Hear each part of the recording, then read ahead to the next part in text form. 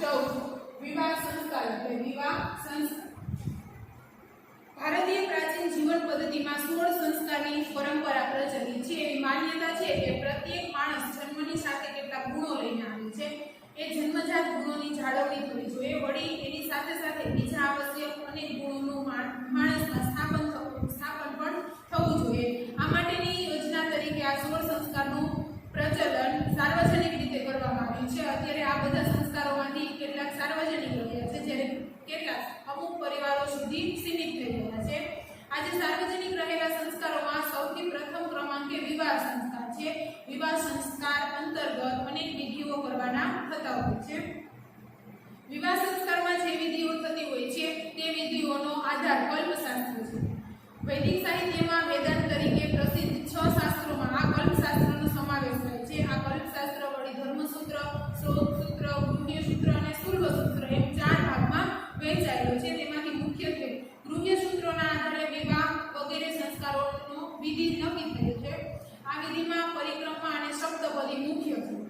અહીં યજમાન અને પુરોહિતના કલ્પિત સંવાદમાં બે વિધિઓની પાછળ રહેલા ઉદ્દેશનો પરિચય કરવાના લક્ષ્યની સાથે સંસ્કૃત સંવાદ કળાને શીખવવાનું પણ લક્ષ્ય રાખવામાં આવ્યું છે। પ્રદક્ષિણા વિધિમાં ક્યારેક વર અને ક્યારેક કન્યા નેતૃત્વ લે છે અને આગળ ચાલવાની ભૂમિકા અદા કરે છે। આ ઉપરથી એવું સૂચન છે કે ઘર પરિવારના કેટલાક કાર્યોમાં વરનું નેતૃત્વ હોવું ઘટે તો કેટલાક કાર્યોમાં કન્યાનું નેતૃત્વ હોવું ઘટે। જ્યારે સપ્તપદીના વિધિમાં વર કન્યાએ સાથે સાથે ચાલવાનું હોય છે। અહીં એ સંદેશ છે કે ઘર પરિવારના કેટલાક કાર્યોમાં બંને દિશા અને ગતિ એકસરખી રાખવાની છે અને સાથે સાથે ચાલવાનું છે। આમ આ બંને વિધિઓ ગૃહસ્થીના પરિપાલનમાં મહત્વની શિક્ષા આપે છે। આ પાઠમાં યજમાન અને પુરોહિત વિવાહ સંસ્કારના વિવિધ વાતચીત છે એ અહીં સંવાદ રૂપે આપેલી છે। તો જોઈએ, યજમાન વિવાહ સંસ્કારે વિવિધા વિધયો ભવન્તિ। યજમાન કહે છે વિવાહ સંસ્કાર એટલે વિવાહ સંસ્કારમાં વિવિધા એટલે અનેક પ્રકારની વિધયો ભવન્તિ વિધિ થાય છે। વિવાહ સંસ્કારમાં અનેક પ્રકારની વિધિ થાય છે। તત્ર પ્રદક્ષિણા નામના પ્રસિદ્ધો વિધિરેકઃ। તત્ર એટલે તેમાં પ્રદક્ષિણા નામના એટલે પ્રદક્ષિણા નામની અથવા તો ફેરા નામની પ્રસિદ્ધો એટલે એક પ્રખ્યાત વિધિ એટલે વિધિ છે। વિધિરેક એટલે એક પ્રખ્યાત વિધિ છે। તેમાં પ્રદક્ષિણા અથવા તો ફેરા નામની એક પ્રખ્યાત વિધિ છે। કિમ નામ પ્રદક્ષિણા ઇતિ। પ્રદક્ષિણા શું છે? પુરોહિત કહે છે સામાન્યતઃ પ્રદક્ષિણા શબ્દ કમપી પદાર્થ પરિતઃ ભ્રમણમ સૂચયતિ। સામાન્યતઃ એટલે સામાન્ય રીતે પ્રદક્ષિણા શબ્દ કમપી પદાર્થ કોઈ પદાર્થ અથવા તો વસ્તુની પરિતઃ એટલે ચારે તરફ ભ્રમણ સૂચયતિ એટલે વર્તુળાકારે ફરવું એવું સૂચન કરે છે। સામાન્ય રીતે પ્રદક્ષિણા શબ્દ કોઈ પદાર્થ અથવા તો વસ્તુની ચારે તરફ વર્તુળાકારે ફરવું એવું સૂચન કરે છે। પરંતુ વિવાહ સંસ્કારાદે પ્રદક્ષિણા શબ્દેન એકા વિશિષ્ટા ક્રિયા સ્મૃતિ પથમાયતિ। પરંતુ વિવાહ સંસ્કારાદે વિવાહ સંસ્કાર વગેરે પ્રદક્ષિણા શબ્દેન એટલે પ્રદક્ષિણા શબ્દથી પરંતુ વિવાહ સંસ્કાર વગેરેમાં પ્રદક્ષિણા શબ્દથી એકા વિશિષ્ટા ક્રિયા સ્મૃતિ પથયમ આયતિ। એક વિશેષ ક્રિયા સ્મૃતિ પથ એટલે સ્મરણમાં આયતિ એટલે આવે છે। પરંતુ વિવાહ સંસ્કાર વગેરેમાં પ્રદક્ષિણા શબ્દ એક વિશેષ ક્રિયા સ્મરણમાં હોય છે। યજમાન કાસા વિશિષ્ટ ક્રિયા સા એટલે તે વિશિષ્ટ ક્રિયા એટલે વિશેષ ક્રિયા કા એટલે કઈ છે તે વિશેષ ક્રિયા કઈ છે? પુરોહિત કહે છે વિવાહ સંસ્કાર અવસરે વધુ વરે યજ્ઞાની પરિતઃ ચતુર્વારમ પરિક્રામત। વિવાહ સંસ્કાર અવસર એટલે વિવાહ સંસ્કારના પ્રસંગમાં વધુ વરે વધુ અને વર યજ્ઞના અગ્નિની પરિતઃ એટલે ચારે બાજુ ચતુર્વારમ પરિક્રામત 4 વાર ફરે છે। વિવાહ સંસ્કારના પ્રસંગમાં વધુ અને વર યજ્ઞના અગ્નિની ચારે બાજુ 4 વાર ફરે છે। ઇયમ ક્રિયા લોકે પ્રદક્ષિણા ઇતિ નામના પ્રસિદ્ધા। ઇયમ ક્રિયા એટલે આ ક્રિયા લોકે એટલે સંસારમાં પ્રદક્ષિણા ઇતિ નામના એવા નામે પ્રસિદ્ધા અસ્તિ પ્રખ્યાત છે। આ ક્રિયા સંસારમાં પ્રદક્ષિણા એવા નામે પ્રખ્યાત છે। યજમાન કહે છે પ્રદક્ષિણા અવસરે વધુ વરે સહેવ ચલત અથવા અનુક્રમેણ ચલત. પ્રદક્ષિણા અવસરે પ્રદક્ષિણાના પ્રસંગમાં વધુ વરે વધુ અને વર સહેવ ચલત બંને સાથે જ ચાલે છે અથવા અનુક્રમેણ ચલત અથવા ક્રમશઃ અનુક્રમેણ એટલે આગળ પાછળ રહીને ચલત એટલે ચાલે છે. પ્રદક્ષિણાના પ્રસંગમાં વધુ અને વર બંને સાથે જ ચાલે છે અથવા ક્રમશઃ આગળ પાછળ રહીને ચાલે છે. પુરોહિત કહે છે પ્રાયઃ તિસૃષુ પ્રદક્ષિણાસુ કન્યા પ્રથમમ ચલતિ. મોટા ભાગે તિસૃષુ એટલે 3 ફેરાઓમાં પ્રદક્ષિણાસુ એટલે ફેરાઓમાં કન્યા પ્રથમમ ચલતિ કન્યા પહેલા ચાલે છે. મોટા ભાગે 3 ફેરાઓમાં કન્યા પહેલા ચાલે છે. તદનુ વર ચલતિ તેની પાછળ વર ચાલે છે. તતઃ અંતિમાયા પ્રદક્ષિણાયા વર પ્રથમમ ચલતિ તદનુ કન્યા. તતઃ ત્યાર પછી અંતિમાયા પ્રદક્ષિણાયા અંતિમ ફેરામાં વર પ્રથમમ ચલતિ વર પહેલા ચાલે છે. તદનુ કન્યા અને કન્યા તેની પાછળ ચાલે છે. યજમાન કે છે અનુક્રમેણ પ્રચલને કિમ પ્રયોજન. ક્રમશઃ અનુક્રમેણ આગળ પાછળ રહીને ચાલવાની ક્રિયાનો કિમ પ્રયોજન શું આશય છે અથવા તો શું હેતુ છે. ક્રમશઃ આગળ પાછળ રહીને ચાલવાની ક્રિયાનો આશય શું છે. પુરોહિત કહે છે એવં હિ મન્યતે એવું માનવામાં આવે છે કે યત ગૃહસ્થાશ્રમસ્ય નાનાવિધિ કાર્યાણિ સુશીલાયા સૈજન્ય શાલિન્યા ધર્મપત્ન્યા માર્ગદર્શને સંપન્નાની ભવતિ. એવં હિ મન્યતે એવું માનવામાં આવે છે યત એટલે કે ગૃહસ્થાશ્રમસ્ય એટલે ગૃહસ્થાશ્રમના નાના વિધાની અનેક પ્રકારના કાર્યાણી એટલે કાર્યોમાં સુશીલાયા એટલે સદ્ગુણોથી યુક્ત સૈજન્યશાળીના એટલે સૈજન્યશીલ ધર્મપત્ની એટલે ધર્મપત્નીના માર્ગદર્શન એટલે માર્ગદર્શનમાં સંપન્નાની ભવંતી પૂર્ણ થયેલા હોય છે. એવું માનવામાં આવે છે કે ગૃહસ્થાશ્રમના અનેક પ્રકારના કાર્યો સદ્ગુણોથી યુક્ત સૈજન્યશીલ ધર્મપત્નીના માર્ગદર્શનમાં પૂર્ણ થયેલા હોય છે. અતઃ એકાદૃશમ ક્રમે તેસુ તેસુ કાર્યસુ કન્યયા નેતૃત્વમ સ્યાત વરસ્ય તસ્યાનુકરણમ કુર્યાત. અતઃ તેથી એતાદૃશે ક્રમે આ પ્રકારના તેસુ તેસુ કાર્યસુ તે કાર્યોમાં તેથી આ પ્રકારના તે કાર્યોમાં કન્યાયા નેતૃત્વ એટલે કન્યાનું નેતૃત્વ સ્યાત એટલે હોવું જોઈએ. તેથી આ પ્રકારના તે કાર્યોમાં કન્યાનું નેતૃત્વ હોવું જોઈએ. વરસ્ય તસ્યાનુકરણમ કુર્યાત અને વરે તસ્યા એટલે તેનું અનુકરણ કુર્યાત અનુકરણ કરવું જોઈએ અને વરે તેનું અનુકરણ કરવું જોઈએ. ઇત્યેવ કર્તવ્યમ એકમ સૂચિતમ ભવતિ. ઇત્યેવ આ પ્રમાણે એક કર્તવ્યનું સૂચિતમ ભવતિ સૂચન થાય છે. આ પ્રમાણે એક કર્તવ્યનું સૂચન થાય છે. જીવનસ્ય પરાધ્ય પુરુષસ્ય માર્ગદર્શન અપેક્ષિતો ભવતિ.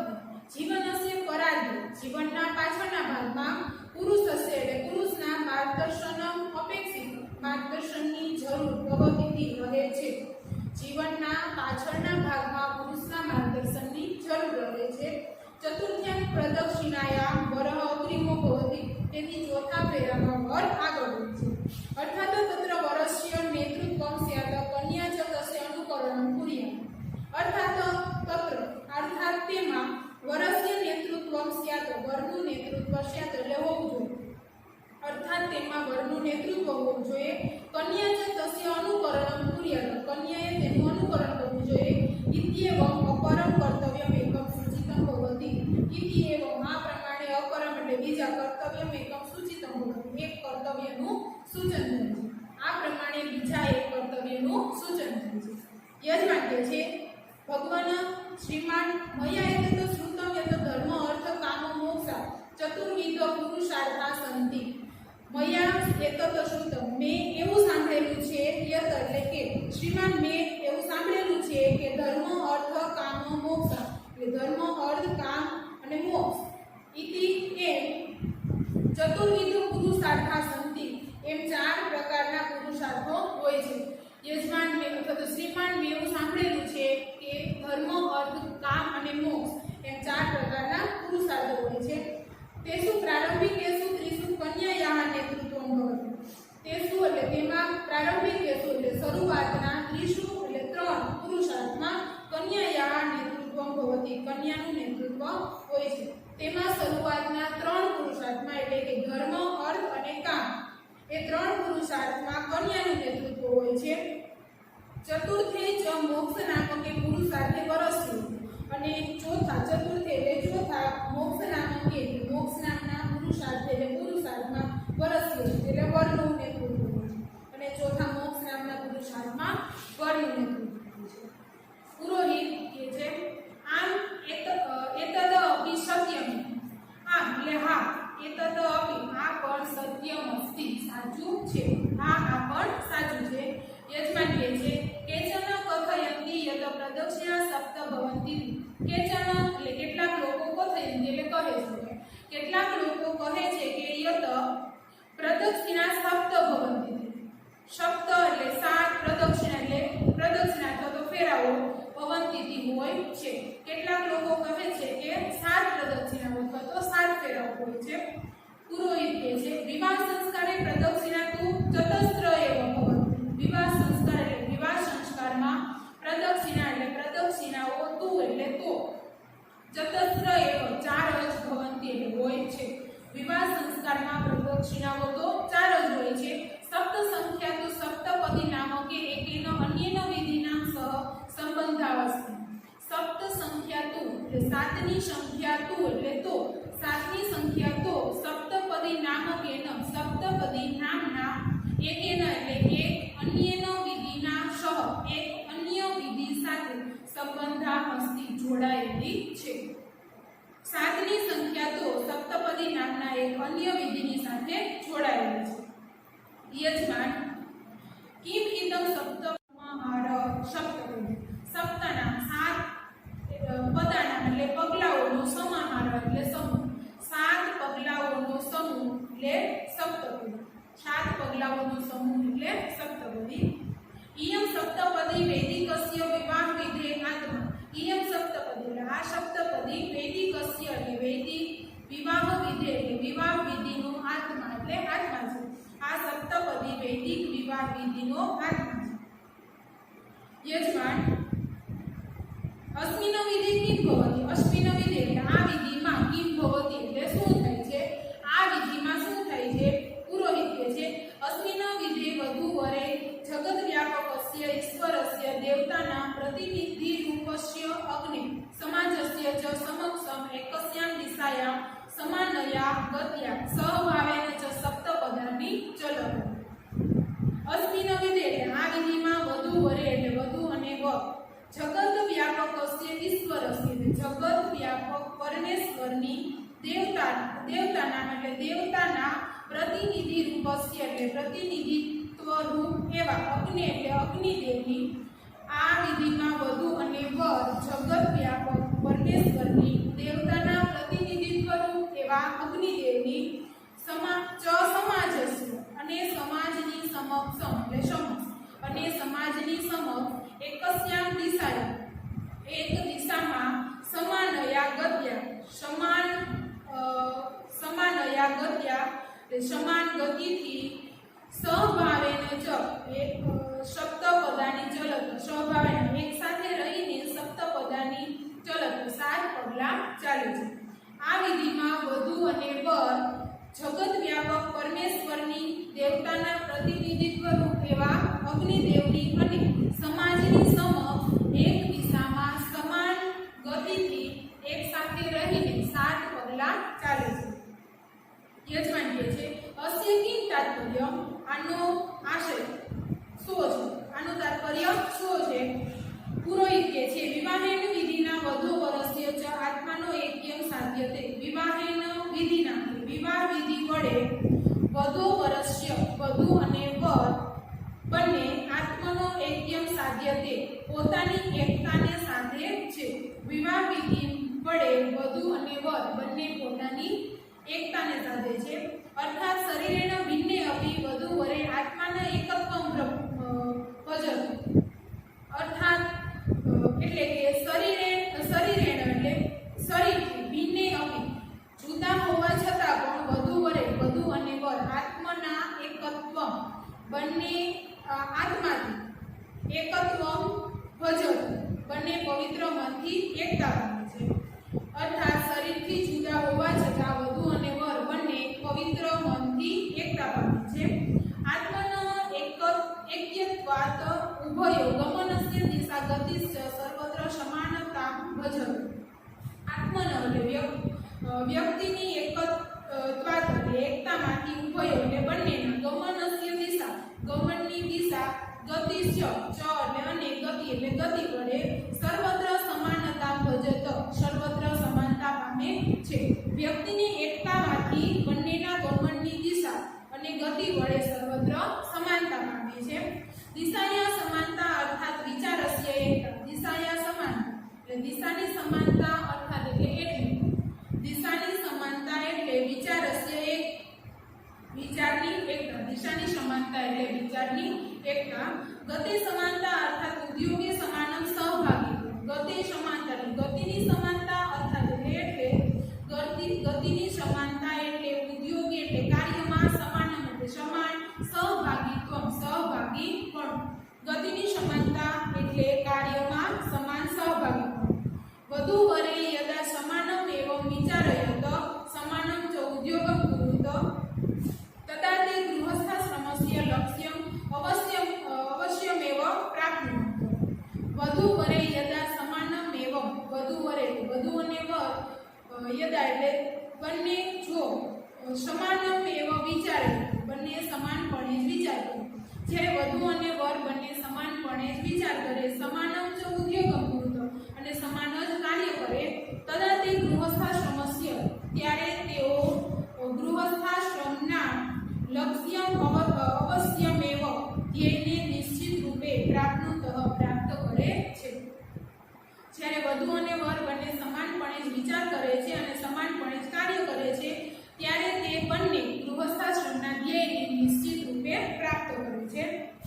યજમાન કહે છે ગૃહસ્થાશ્રમસ્ય કિમ લક્ષ્યમ ગૃહસ્થાશ્રમનું કિમ એટલે શું લક્ષ્યમ એટલે લક્ષ્ય અથવા તો ધ્યેય. ગૃહસ્થાશ્રમનું ધ્યેય શું છે? સપ્તપદ્યામ પૂર્વવિદ કહે છે સપ્તપદ્યામ યાની સપ્તપદાની સંતિતાની એકૈકમ લક્ષ્યમ સૂચયન્તિ. સપ્તપદ્યામ સપ્તપદીમાં યાની એટલે જે સપ્તપદાની સંતિ 7 પગલાઓ હોય છે તાની તે એકૈકમ એક લક્ષ્ય એટલે ધ્યેયને સૂચયન્તિ એટલે સૂચવે છે. સપ્તપદીમાં 7 પગલાઓ હોય છે તે એક ધ્યેયને સૂચવે છે. એવં વિધિ પૂર્વાનો વરહ વધુશ્ચ યસ્ય મંત્રસ્ય ઉચ્ચારણં કુરુત તત્ર ઇમાની સપ્ત લક્ષાની સૂચિતાની સંતિ. ઇમં વિધિ પૂર્વન આ વિધિ પૂર્વન એટલે કરતા આ વિધિ કરતા વર વધુશ્ચ વર અને વધુ યસ્ય મંત્રસ્ય જે મંત્રનું ઉચ્ચારણ કુરુત ઉચ્ચારણ કરે છે. આ વિધિ કરતા વર અને વધુ જે મંત્રનું ઉચ્ચારણ કરે છે તત્ર ઇમાની સપ્ત લક્ષ્યાની સૂચિતાની સંતિ. તેમાં આ 7 સપ્તલક્ષણ એટલે 7 ધ્યેયનું સૂચિતાની સંતિ સૂચન કરવામાં આવે છે.